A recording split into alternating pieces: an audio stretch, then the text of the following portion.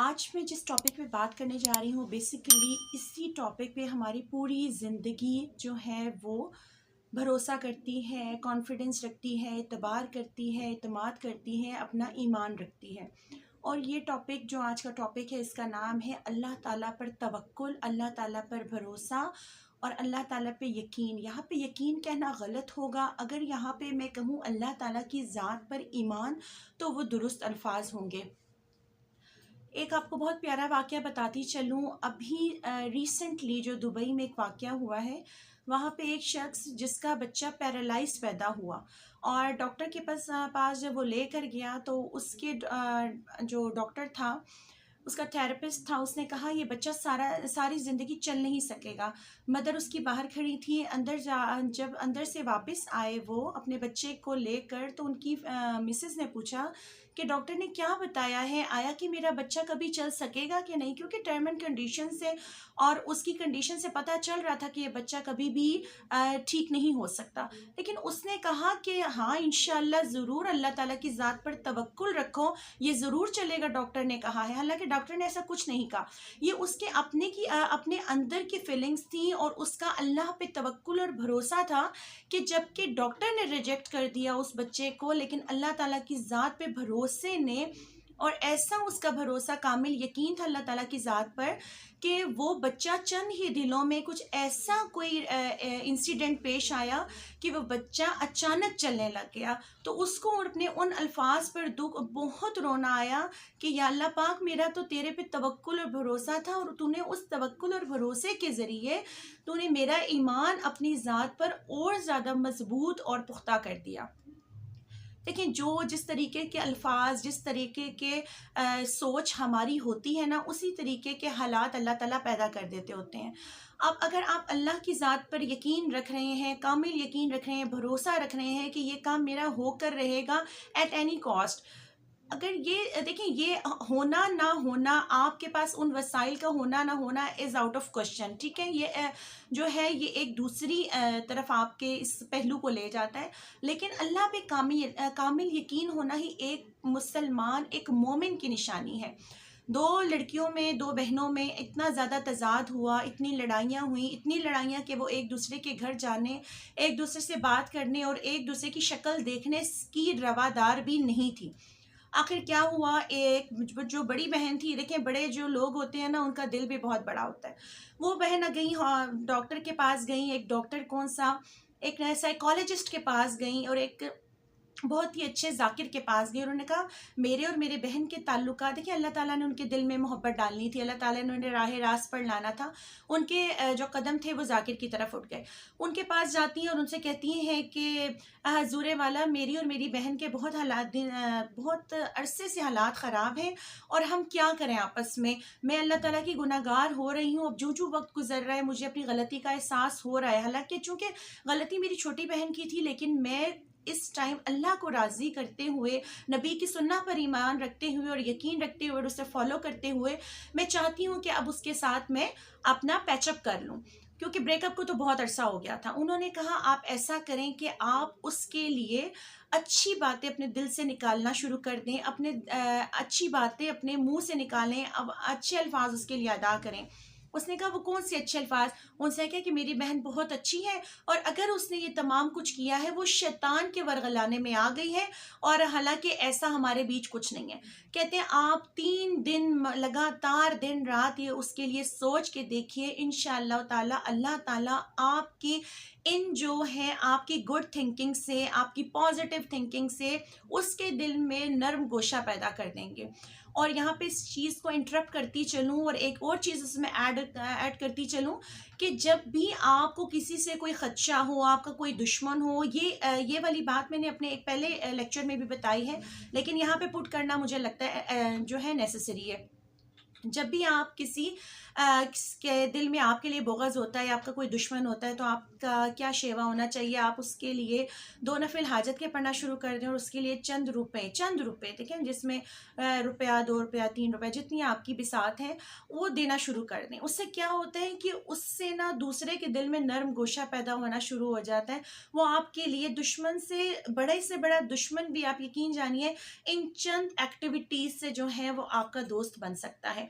तो यूं ही हुआ, जब वो खातून उसके लिए सदका करती रहीं, नवाफिल पढ़ती रहीं और उसके लिए दुआ करती गईं और अपने दिल और दिमाग से अच्छी जो सोच थी उसके लिए निकालती गईं, तो हफ्ते बाद उसकी सिस्टर की कॉल आई, छोटी सिस्टर की, और कहती है कि सिस्टर, मुझसे गुनाह हो गया, मुझसे ज़्यादती हो गई, आप मेरी बड़ी थी, आप मेरी माँ की जगह थी, तो मैं आपसे अब अपनी तमाम तर रंजिशें, तमाम तकलीफ़ें, तमाम तरह बदगुमानियाँ जो हमारे दरमियान में जन्म ले चुकी थी, उसके लिए आपसे मैं माज़रत करती हूँ, और इंशाअल्लाह आप मेरी बड़ी बहन है और आपसे हमेशा मैं मोहब्बत से पेश आऊँगी। देखें, वो सॉर्ट आउट हो गया इशू। किस वजह से हो गया?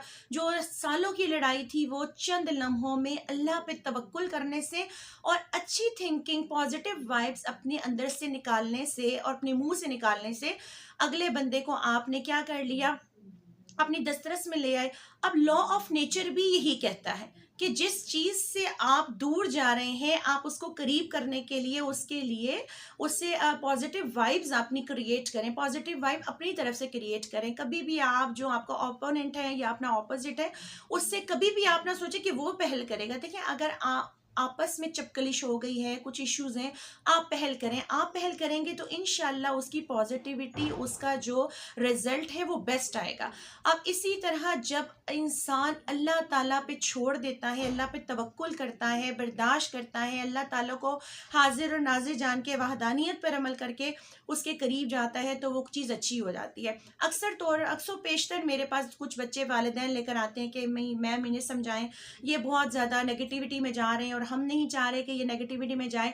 देखिए, अक्सर बच्चे जो है ना, वालिदैन की बात कम सुनते हैं और अपने पेरेंट्स की बात को निगलेक्ट करते हुए as compare to their teachers उनकी बात वो ज़्यादा सुनते हैं। अच्छा, मैंने एक बच्चे के, उसने मदर का इशू असल में क्या आया था कि मेरा बच्चा गेम्स बहुत खेलता है और पढ़ाई पे बिल्कुल तवज्जो नहीं देता। ठीक है, मैंने उसे अपने पास बुलाया, बिठाया, मैंने कहा बेटे आप क्या करते हैं? उसने कहा कि मैम मैं गेम्स खेलता हूँ। मैंने कहा वाओ, गेम्स तो बहुत अच्छी चीज़ है, मैं भी गेम्स खेलती हूँ और मैं तो, अच्छा बताओ तुम कौन कौन सी गेम्स खेलते हो? उसने बताना शुरू कर दिया, मैं ये गेम खेलता हूँ। असल में जब मैं उससे बात करना शुरू हुई, मैंने एकदम जाके उसको डंप नहीं किया, उसको स्लैप नहीं किया, उसको बुरा भला नहीं कहा, उसको नेगेटिव वे में नहीं लेके गई। मैंने उसके साथ पॉजिटिविटी क्रिएट की, उसके साथ मैंने एक अपना कंजनल एटमॉस्फेयर क्रिएट किया, उसके साथ मैंने एक कंपेनियनशिप, एक दोस्ती वाला एलिमेंट क्रिएट किया। उसने क्या, वो आहिस्ता आहिस्ता खुलता गया। खुल के उसने मुझे सारी बातें बतानी शुरू कर दी, मैं यूँ करता हूँ, मैं ऐसे टाइम निकालता हूँ, मैं ये भी करता हूँ, मैं वो भी करता हूँ। फिर मैंने उसे कहा कि बेटे आप तो बहुत अच्छे हैं, आप तो बहुत ज़हीन है। देखिए, ज़हीन लोग गेम्स खेलते हैं। हम अपने कहीं पे हम अपने बच्चों को भी कहीं ना कहीं जो है ना लेट डाउन कर रहे होते हैं कि हर वक्त मोबाइल पे। देखिए, मोबाइल एक अच्छी चीज़ भी है अगर अच्छे तरीके से यूज़ की जाए, लेकिन आप अगर बच्चे को पॉजिटिविटी से ट्रीट करते हैं तो उसका जो रिजल्ट होता है वो बेस्ट आता है एज़ कम्पेयर टू आप उसे डांटें, आप उसे स्लैप आउट करें, आप उसे ताने दें, आप उसे टॉन्ट मारें। ठीक है, तो उसने, बच्चे ने खुलना शुरू किया, मैंने उससे सारी बातें पूछी, उसने मुझे बताया। फिर मैंने कहा अरे भाई देखो, तुम इतने अच्छे बच्चे हो, ठीक है, पढ़ाई में भी जब तुम गेम्स में इतने अच्छे हो तो भाई अगर तुम पढ़ाई में अच्छे नहीं होगे तो फिर तुम्हारी गेमिंग का क्या फ़ायदा। अगर इन गेमिंग से ही तुम अपना इनको करियर बना लो और आगे चले जाओ और तुम पढ़ाई का आउटपुट जो है तुम्हारा ज़ीरो आए तो क्या होगा। उससे समझ आ गई बात, उसने कहा जी बिल्कुल ऐसी बात आप कह रही हैं, मैं बिल्कुल ऐसे ही अमल करूँगा। मैं आप जैसा गेम्स पे तवज्जो दे रही हूँ, मैं दे रहा हूँ, मैं आप अपनी स्टडी पे भी तवज्जो दूँगा। अब आप, मैंने कहा चलें आप अपने पूरे दिन में जो 12 आवर्स है ना, उसमें से 8 आवर्स जो है आप निकाल दो, जो 4 आवर्स रहते हैं उन 4 आवर्स में से ना थोड़ा-सा पोर्शन गेम को दे दो। ठीक है, गेम में तो आप मास्टर हो, आप उसे 10 मिनट में भी दोगे तो आप ज़बरदस्त प्लेयर बन जाओगे। उसको इतनी अच्छी समझ में आई बात, यकीन जाने 15 दिन बाद उसकी मदर आई है, मदर आके बताती है मैम आपने क्या जादू किया था कि बच्चा तो ज़बरदस्त हो गया, चलने लग गया, गेम्स में भी, गेम्स कम खेलता है, अब स्टडी की तरफ ज़्यादा तवज्जो है और इसके दिमाग में एक ही बात है कि गेम तो ज़हीन लोग खेलते हैं। मतलब देखिए, आपने अपने मुँह से पॉजिटिविटी निकाली, आपने अपने मुँह से अच्छी बातें निकाली, उसका क्या हुआ, उसका नतीजा क्या निकला, उसका रिज़ल्ट क्या आया। देखिए, पॉजिटिविटी उसी टाइम फैलती है और उसी टाइम ग्रो करती है जब आप अपनी मेंटली और अपने इमोशनली उस चीज़ को अप्रोच देते हैं, बोलते हैं, कहते हैं। मैंने कुछ भी नहीं किया, कोई मेडिसिन नहीं, कोई दम दरूद नहीं, कोई एनीथिंग एल्स, ठीक है। क्या था, एक मोटिवेशनल गाइडेंस के तौर पर उसको गाइड किया और पॉजिटिविटी आ गई। इसी तरह हमारी ज़िंदगी में भी पॉजिटिविटी आ सकती है कि अगर हम अपने अंदर पॉजिटिविटी लाने की कोशिश करें। आप अच्छे ख़यालात रखें, अच्छी बात ज़बान से निकालें, अच्छे अल्फाज ज़बान से निकालें और अल्लाह पर तवक्कुल रखें। देखिए, अल्लाह ताला पर तवक्कुल इतना एक करिश्माती अमल है कि जिससे बहुत बड़े से बड़े मसाइल हल हो गए हैं। बड़े से बड़े जो दरिया थे वो अबूर हो गए हैं, बड़े से बड़े समंदर अबूर हो गए हैं, बड़े से बड़े लोग जो थे वो कामयाब और कामरान हो गए हैं। तो अल्लाह पे तवक्कुल करना जो है सबसे बड़ी बात है। मैं आपको अपनी बात बताती चलूँ कि होता है सम टाइम आप रिग्रेट में चले जाते हैं, आप मतलब पॉजिटिव नहीं सोच सकते। आप जितने भी पॉजिटिव हों, और कुछ हालात, कुछ वाक़यात ऐसे आ जाते हैं। देखिए, हालात और वाक़यात का सम टाइम आपको ऐसी जगह पर ले जाते हैं जिसका कभी आपने सोचा भी नहीं होता। लेकिन उन हालात और वाक़यात में रहते हुए अगर हम अपनी पॉजिटिविटी को पॉजिटिव रखते हैं और इक्वल रखते हैं, हम अपने आप को लेट डाउन नहीं होने देते, अपनी पॉजिटिविटी को नेगेटिविटी में चेंज नहीं होने देते, तो यही तो मोमिन की निशानी है। कि देखिए, हमारे से पहले जितने अम्बिया आए, नबी पाक सल्लल्लाहु अलैहि वसल्लम आए, जितने भी देखें 1,24,000 पैगम्बरान दीन आए, उनमें क्या था, इतनी उनके ऊपर आजमाइशें आई, इतनी मुश्किलें आई। वो किसी भी टाइम अल्लाह ताला से मुतनफ़िर हो सकते थे, लेकिन नहीं हुए ना। क्यों? उनका कामिल ईमान था। देखिए, हम भी कामिल ईमान, देखिए आज भी दुनिया अगर हमारी टिकी हुई है ना, तो इसमें पॉजिटिविटी बहुत ज़्यादा है एज़ कम्पेयर टू नेगेटिविटी।